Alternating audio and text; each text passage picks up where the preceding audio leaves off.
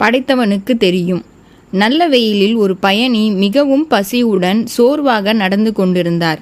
நீண்ட தூரம் சென்ற பிறகு வழியில் பழங்கள் நிறைந்த ஒரு தோட்டத்தை கண்டு அங்குள்ள ஆரஞ்சு பழங்களை பறித்து சாப்பிட்டு கொண்டே கீழே தரையில் மெலிந்த கொடியில் வட்டமான பெரிய பூசணிக்காய்களை கவனித்தார்.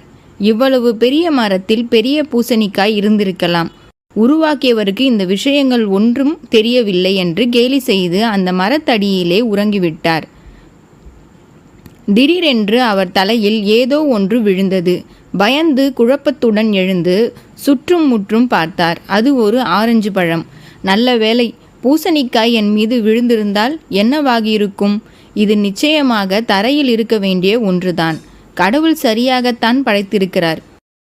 ஒவ்வொரு படைப்பிற்கும் ஒரு காரணம் இருக்கும் என்று அவர் கூறி பயணத்தை தொடர்ந்தார்.